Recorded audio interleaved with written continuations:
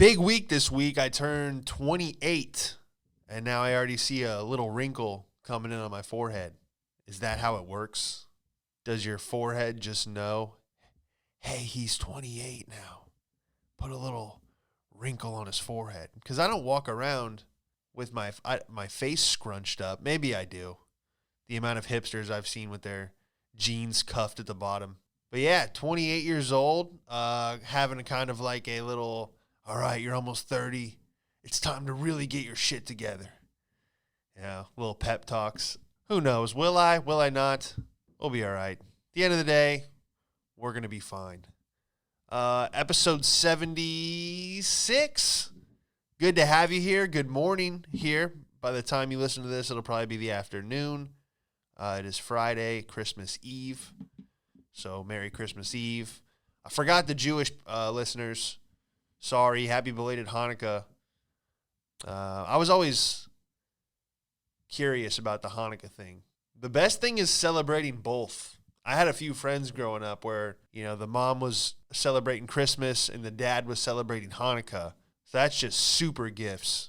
8 days in December and then boom, the 25th hits. Maximum gifts. People think that you get a lot of gifts if your parents are divorced because, you'll get one from your mom and your dad. And especially if they're the parents that are trying to outdo each other, then you're in a good position. Not emotionally, but presence-wise, it's good for you. But divorced parents of a different religion, I think that's max gifts. If you're lighting a menorah at your dad's and making Christmas cookies at your mom's, you're doing fine. You're in the 1 percentile of gift receiving. What else, dude? I'm covered in paint. Painted a house this week. Working with Chip.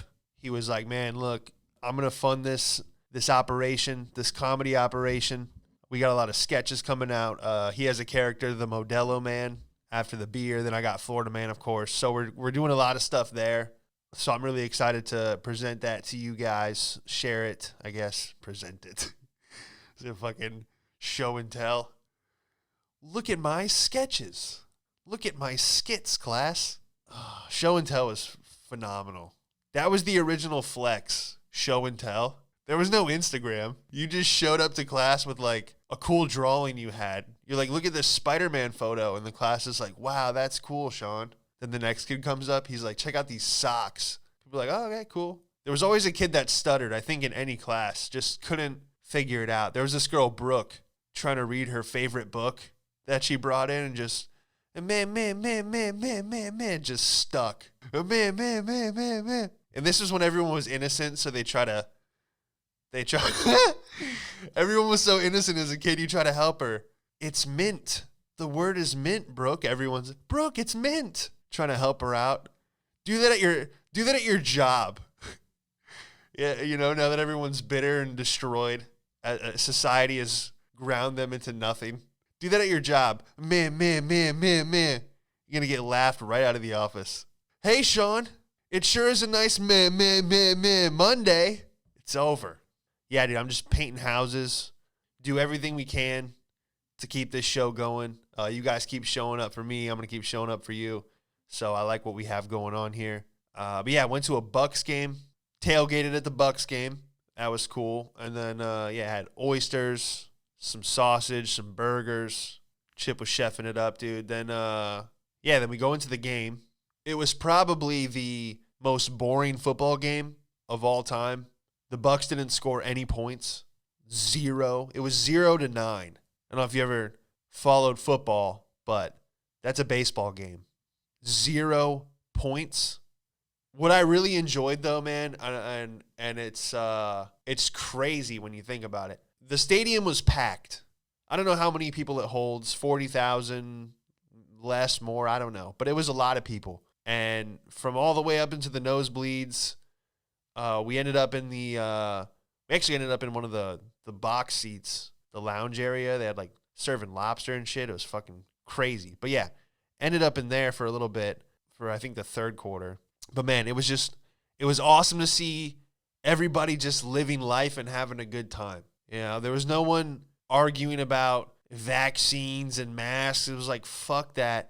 We're all at this game. We're not worried about this virus anymore. It's like, dude, some people are in other countries especially, they're being like thrown into camps for not having a vaccine. And here I am at a football game in a packed stadium going like, man, this feels amazing, you know? So I was just feeling so grateful to be in Florida, man, and hope it stays this way. But it was just, I'm not being thrown into camp. You know, we're all here. We're having a good time. And there were some people, though, at the game that, you know, if they were thrown into camps, I wouldn't mind. Everyone dressed as a GOAT for Tom Brady. If you don't know, GOAT it stands for greatest of all time. It's a thing in sports that's way too much. It's like in cryptocurrency now. Everyone's like, it's going to the moon. Like, would you settle down? See, everyone's like, oh, Tom Brady's the GOAT. He's the GOAT, greatest of all time. And I don't care, you know, either way. I'm not even like, I don't even follow sports anymore, but I do like going to live games just because it's like, yo, we're here. You know, it's the atmosphere. It's the green grass. I don't even like baseball, but, dude, I'm a huge going to a baseball game fan. Yeah, there was just so many people. They had these, like, GOAT costumes with the face cut out so you can see.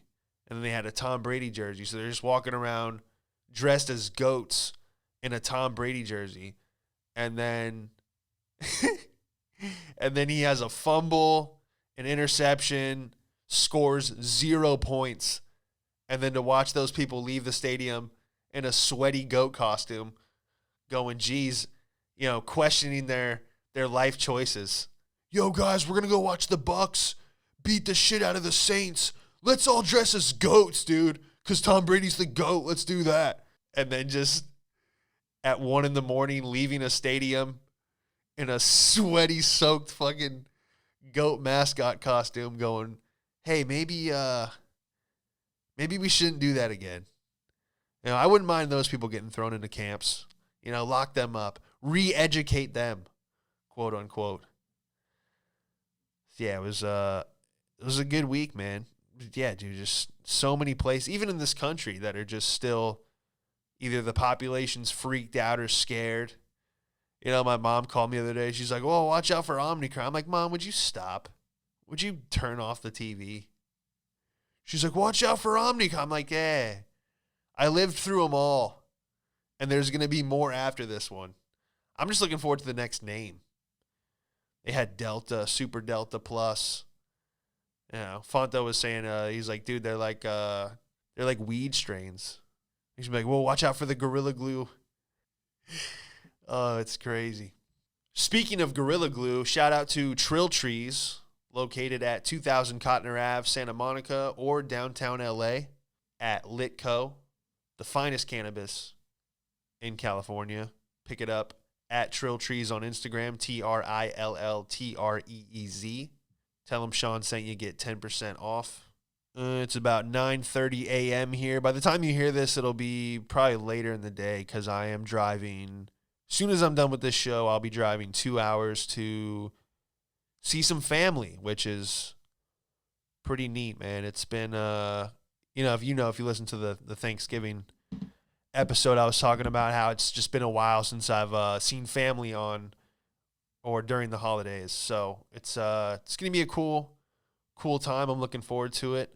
And, hey, look, I hope you're, with people that you can celebrate with, man, whether it be friends, family, or if you're by yourself, hey, listen, been there, you're going to be all right. So we got a few things to talk about, a couple funny articles, as always, and hopefully I can riff on them and you enjoy me riffing on them, because that's really what the show, the formula has kind of been, just do a little intro, tell you about my week.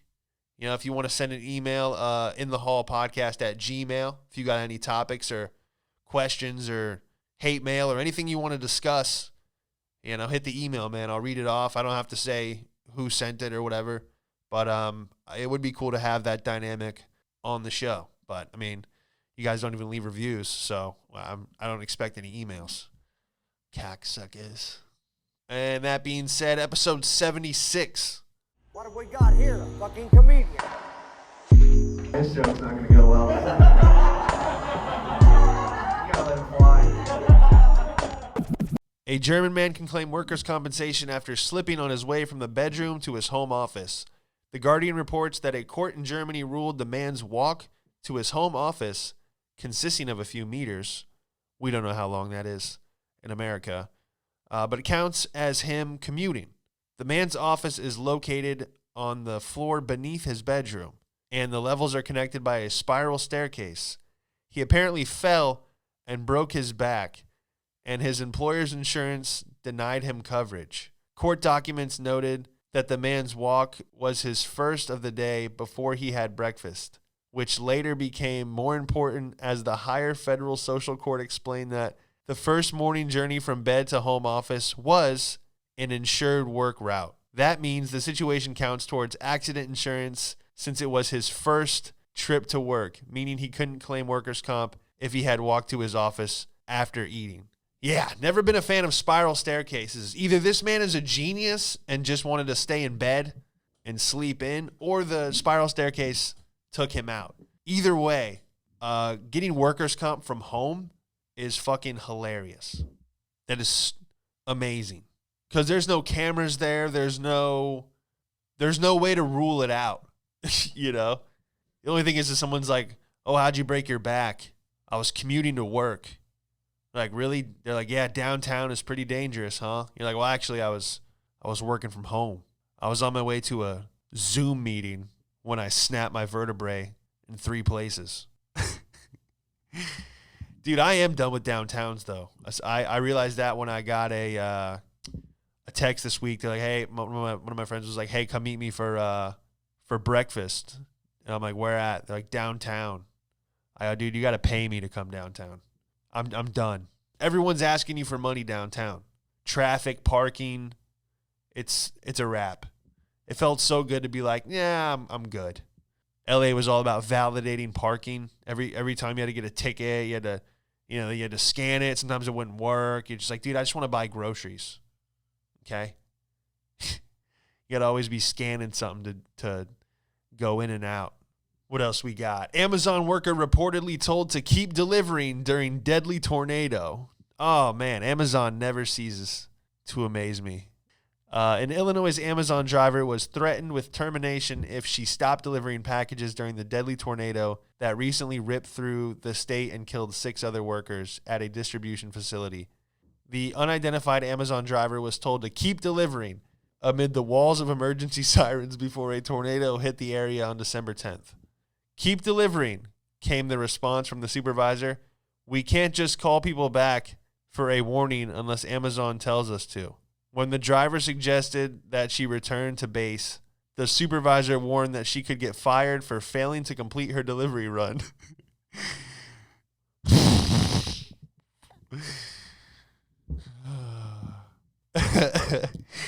She said, I'm waiting to turn this van into my casket. Oh, Amazon doesn't give a fuck about their employees. Their delivery drivers, there's a tornado. I got to come back to headquarters. Like, you better drive through that tornado or you're done. The text emerged as workers questioned the company's commitment to safety of their employees as workers at Amazon facility in Edwardsville were told to shelter in a bathroom during the deadly twister, which flattened the building and killed 6 employees. Holy shit. What was the text from the supervisor? Hey, it's not much safer at headquarters. We just lost 6. Keep dropping off boxes. Oh my gosh, dude. Said that they'd be fired if they fled the facility as the tornado closed. Amazon drivers were still delivering packages during the active tornado warnings. And that's it for the article. This is nothing new, though. We covered this in a few episodes back. They were having a meeting saying they're going to turn off the GPS speed monitoring. You know how most vans are like, hey, how's my driving? This vehicle is monitored by GPS. We do not exceed speed limit. And Amazon's like, yeah, we're going to need to take that off. Let's just say this. If you're doing 90 through a neighborhood, we're going to look the other way. All right. Now they're driving during tornadoes. Holy shit. And how many of these packages did you drop off that got carried away by the tornado? You're going to get fired for that? You're like, no, I put the toaster on the doorstep. The tornado just comes through and throws the Amazon package 60 miles east. You're fired. But no, I put it down. Holy shit. Help! There's a tornado! I gotta cancel my route. There's a tornado? Yeah, there's also boxes in the back of your van. All right, let's finish the route, huh? We're not paying you $16 an hour to survive. You're an Amazon soldier. Someone paid $650,000 for a non-existent yacht in the metaverse. The yacht is comically hideous and can only be described as Minecraft-esque with its blocky design. Congrats to the new owner of the Metaflower NFT Super Mega Yacht on making metaverse NFT history. The auction marks the highest price paid for a sandbox game NFT asset at 149 Ethereum, $650,000, and an exciting time for every member of the fantasy community. Is it? People are buying real estate, virtual reality game. People have checked out. You know, there's a lot of people saying, people are really going to put these goggles on and go into the metaverse. Yeah. There's people that are going to have a better life in a video game than they do here in the real universe. They think it'll be more fulfilling. But, I mean, dude, don't you just wish the grid would go down? The more I hear about NFTs and people paying $500,000 for a boat they can't even get on, don't you just want the power to go out? Just shut the whole thing down. I will gladly have to cook squirrel meat by a fire to not hear about NFTs. That's where I'm at. People are like, are you into NFTs? I go, I hope the grid gets shut down. Is that a no? This is insane, man. $650,000. Let me see what kind of boat you can get for $650,000. Here we go. Used yachts for $600,000. You could get a 113-foot sailboat. Dude, some of these look like cruise ships. And this guy got a picture. Dude, NFTs has to just be money laundering, right? So I've seen some people put that in the comments. Oh, it's just money laundering. It's like how art used to be like, I'll pay you $10 million for this painting. It's not worth $10 million, but it's Coke money or whatever money that they have to wash. It's got to be it, dude. It can't. Seeing what you can get for $650,000 in real life that you can get on and ride and go out on and have your friends with you, but hey, I don't know. To each his own, right? $650,000 for some pixels. You're out of your fucking mind. And here we have Philadelphia woman gives birth in front seat of Tesla on autopilot. Yaran Sherry's water broke while the family was stuck in traffic, leading to what is believed as the world's first Tesla baby. A Philadelphia mother was given birth to what believed is the world's first Tesla baby. Why do they put the same thing that they had in the heading as the first little paragraph? Make me read that shit twice. The baby's delivery is a good news story for Tesla, which has been plagued by bad publicity over safety concerns and workplace abuse. And also that the cars murder people when the doors lock and autopilot drives you into a tree, which I just saw another video. I think it was in the UK, but the car was doing like 100 miles an hour right into a business. It's insane. So, so the Tesla's creating lives and taking lives all at the same time. It's the circle of life at Tesla. I think I talked about this on the show before, but I had a lady almost give birth in my car when I was driving Uber. I was over in East LA, picked up a Hispanic woman.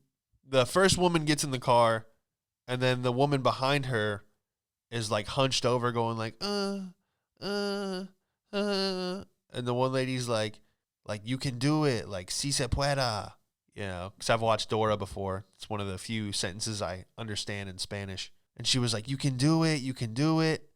And then it just dawned on me as soon as I turned the corner, I was like, oh my God, this lady, I was like, we're going to a hospital as the destination, and this lady's pregnant.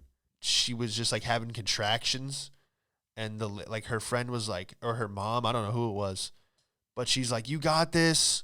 Like, I don't know if she was saying push, but I was like, you don't have this. You are not giving birth in this car. All right. If someone throws up in your car when you're driving Uber, you get $150. But they don't say anything about giving birth. All right. If a baby came out of this woman in the back of my car, I probably would have left LA. I'd be like, you know what? This comedy thing is not for me. Okay. Maybe I don't want it bad enough. But she's like, you can do it. You can do it. I'm like, no, she can't. No, she can't. I'm doing like 80, trying to just fucking dump this lady at the emergency room. Giving birth in an Uber X, that's already starting your child off bad. Giving birth in a car, that's Uber XL activities. You need space. This baby's going to shoot out in the back of my Jetta. No thanks. That was definitely one of the days where I'm like, I got to figure something else out. There's a lot of those driving Uber where you go, I gotta find something else. I gotta do something. And we got the final article here. I know this kind of went around, saw it on Instagram. A perfectly preserved baby dinosaur discovered curled up inside its egg. Now, when I originally saw this headline, I thought it was like a unhatched dinosaur egg that was like preserved in the snow and it was going to hatch, or some scientist was going to keep it in a lab and figure out how to make more and more of these things like Jurassic Park. But it's not. It's just like a fossil. I mean, it's still cool. It's a half an egg. You can kind of see that it's like a bird-like dinosaur creature. But yeah, in all honesty, that's kind of what we need right now is a dinosaur invasion. You know, we talked about this in episode 2, Planet of the Apes style. But that would be the one thing to keep people from being annoying about COVID still. Did you get your booster shot? Let's see who's going to tell you about putting your mask on when they have a velociraptor behind them. You know, that's what we need right now. I need to hear that thing, that Jurassic Park sound where it was like the how the T-Rex, like the velociraptor, it makes that clicking sound in the bushes. That's what we need to hear. We need to hear clicking in the bushes to get fucking people to stop talking about Omicron. So yeah, it's like a fossil they found. I thought it was a preserved egg, like that movie The Tomorrow War, where they find the aliens are just frozen in the ice and it hatches because of global warming or whatever agenda they were trying to push. I love these Hollywood movies. If you know the agenda, you can just see like, oh, this is just a propaganda film, which is what it all is. But anyway, enjoy your Christmas. We don't need to go down that route. And I hope everybody has a good Christmas. This episode will be out. By the time you're listening to this, it'll be probably late Friday afternoon. But it is morning here, just letting you know. I did get up to do this. Not gonna lie, I'm a little out of it. Just been hustling, man. Editing, shooting, and painting houses. I was upside down painting that house, like I was painting the Sistine Chapel. That's how high I was. I'm like, dude, I'm basically like Michelangelo, just using one gray shitty color. I'm not drawing heavenly beings. I say heavenly beans. Beans. But yeah, Merry Christmas to you and your loved ones. Thank you guys for listening and making it another great year. I should have another, maybe not. Probably have another first episode January 2022. I might do something before New Year's, but maybe I won't. Maybe I'll just be doing clips. So yeah, Happy New Year. Merry Christmas. Happy New Year. I will see you guys in 2022.